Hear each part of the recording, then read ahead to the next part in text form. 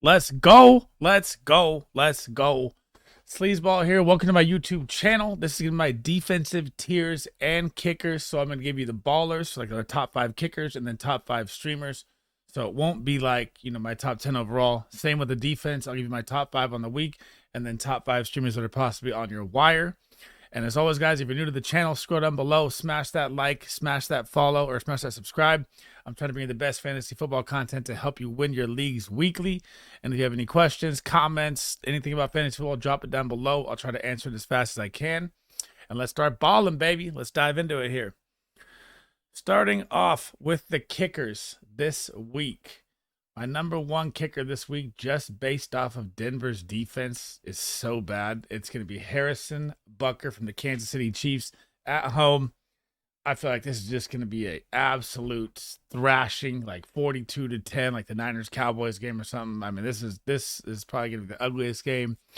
Thursday night, you're going to turn it on. You're going to watch the first half, and then you're going to be making dinner, hanging out with the family, or doing whatever. It's going to be over.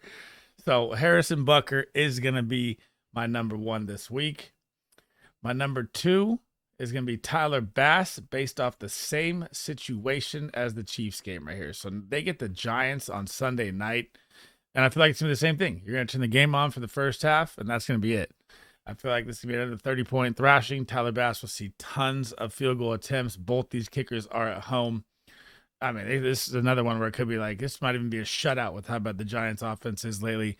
Super hard to watch, tough for me as well.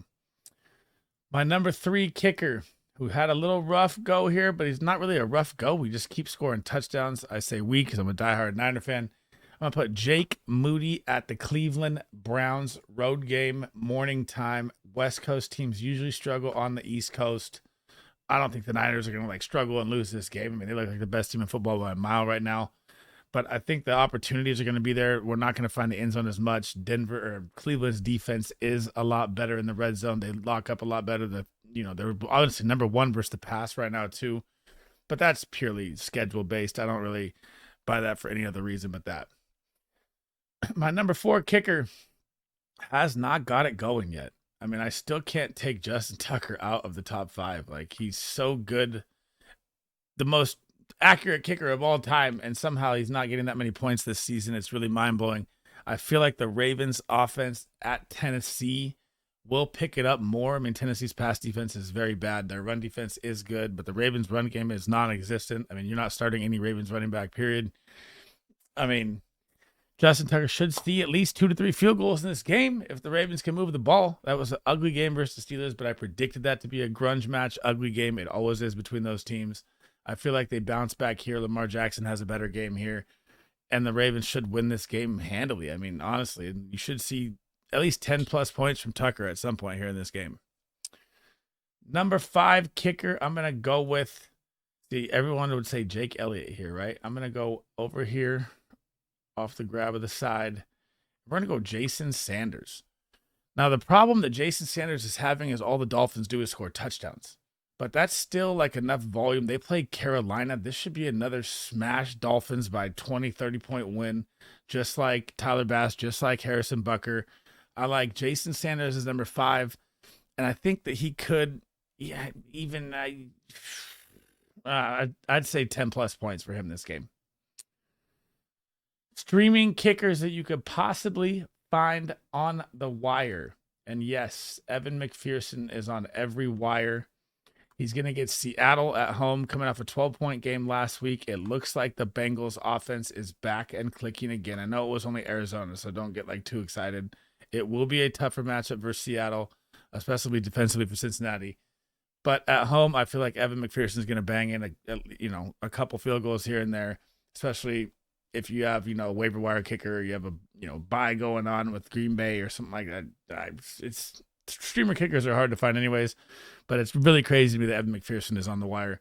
I like him a lot this week. And I'm going to stick with the same game here. I think this is going to be a really high-scoring game. And Jason Myers is, and I base all my stuff off 12-man leagues. So Jason Myers is on 3 leagues, and 3 of my 12-man leagues, he's on there. Getting Cincinnati, they will be on the road, like I said. This will be a tougher match for the Cincy defense, like I said again before. I think it's going to be 31-28, 34-30 game. It's not going to be low scoring. It will be above the 55-60 threshold maybe. And I could see him getting a lot of attempts here. I mean, Cincinnati's defense has not been great. They did get a bounce back game, but again, that was Arizona. I mean, their defense got 17 points versus the Cardinals, and they've done nothing all year. But that's what the Cardinals do, so that's a given there. Heading down to number 8 here. So I like Cameron Dicker. Monday night, you get the last laugh on Monday night, which is always nice, even if it's a kicker or not. I mean, he's going to get the Cowboys. The Chargers offense will be flying. The Cowboys defense is better in the red zone. Their first blemish was the 49ers, but the 49ers do that to everyone. We're that good, baby. It's Super Bowl time. So I like Cameron Dicker at number 8. I do think that he will at least attempt 2 to 3 field goals in this game. They will obviously have extra points no matter what. And I like Cameron Dicker as my streamer number 3 at number 8. At number 13, or number 9, sorry, not number 13, I am going to go with Daniel Carlson, who actually is on 2 of the wires, by the way. And you want to know the reason he's been on the wire is because of the Raiders. So now that the Raiders finally had their good game, this is the time to pick up Daniel Carlson. The Raiders' schedule is phenomenal coming up. I mean, they could actually have a bounce back in the season. They get New England this week. New England just dropped a 0-point dud last week. Their offense is in shambles. This should be an easy Raider win. I know Carlson missed a couple field goals on Monday night, though. That's a rare occasion. He shanked one left and he hit the pole in the other one when they should have just ran it to win the game. But they still got the win either way, which is huge for the Raiders. But I like Daniel Carlson a lot as a streamer this week, too. I like him at number 9. Number 10, the last streamer of them all, is going to be Young Ho Koo, who definitely has been dropped to the wire. Now, the Falcons are going to get the Redskins. And last week, if you didn't play or if you follow my Twitter or anything like that, my sneak play was Cairo Santos because the Redskins lock down in the red zone and they allow so many field goals. They are the number 1 team allowing kicks and points to kickers. This should be a smash Young Ho Koo game. So these 5 streamers, by the way, it's not like I'm ranking them 6 to 10. These are just my 5 favorite streamers. It's too hard to rank kickers like that. So I would like Young Ho Koo the best out of these 5 just based on the matchup, just so I can throw that out there as well. And that's how I would rank my 10 kickers to start. Now, heading over to the defensive side, this is going to play right along with the kickers. Number 1 defense this week is going to be the Buffalo Bills. I mean, they should get at least 15 plus points. You're playing the New York Giants. We don't know if Saquon Barkley's playing. We've seen this offense. They are, I mean, if they're not the worst in the league, who is? I mean, the Arizona Cardinals have looked better with Josh Dobbs than the New York Giants offense with $160 million Daniel Jones. So give me the Buffalo Bills at number 1, 100%. At number 2, the almighty, the greatest defense in the NFL, the San Francisco 49ers. Now, if Deshaun Watson does not play in this game, the 49ers are number 1 over the Bills, even though they're playing the Giants. If Deshaun Watson does play, he will be, still hampered. The updates are that they don't know what's going on yet. I mean, the 49er defense is almost bulletproof to must start weekly, but the matchup that they have is very good. There's no Chubb. If there's no Deshaun Watson, it's going to be it's going to be a bloodbath, but I like the San Francisco 49ers at number 2. At number 3, they're finding their rhythm, but they also have an easy schedule to find their rhythm. So I wouldn't get too excited. They don't have Ramsey back or nothing yet. He doesn't come back till the end of December. But I like the Miami Dolphins versus the Carolina Panthers because let's face it, the Panthers just flat out stink, man. I mean, I know they got a little rhythm going, but they got 42 points dropped on them, and it was garbage time when it was happening. Bryce Young is going to really struggle this opening year. Miles Sanders is washed. He came out looking decent. I told you to sell high. I hope you did.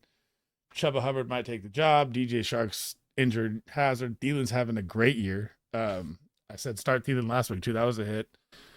But, yeah, the Dolphins defense, this should be a 10-plus smash point play on defense for sure.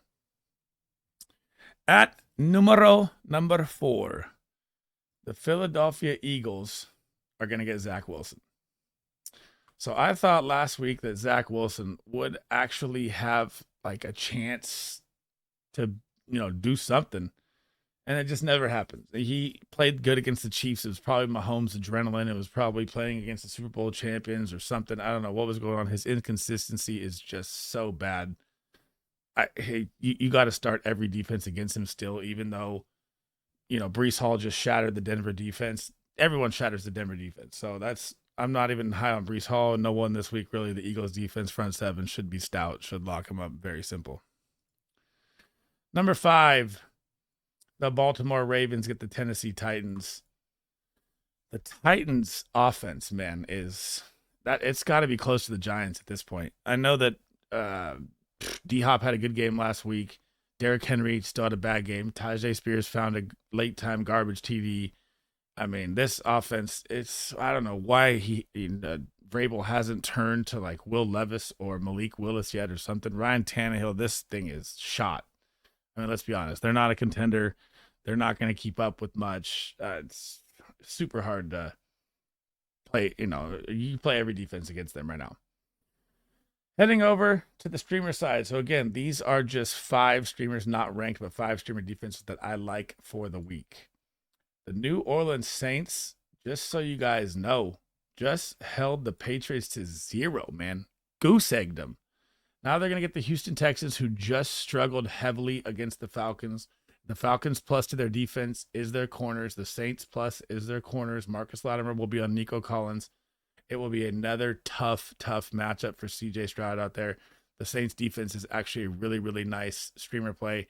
They did have the best schedule through the first 6 weeks over all the defenses. If you followed any of my earlier videos or tweets or anything, the Saints defense is a very nice play this week.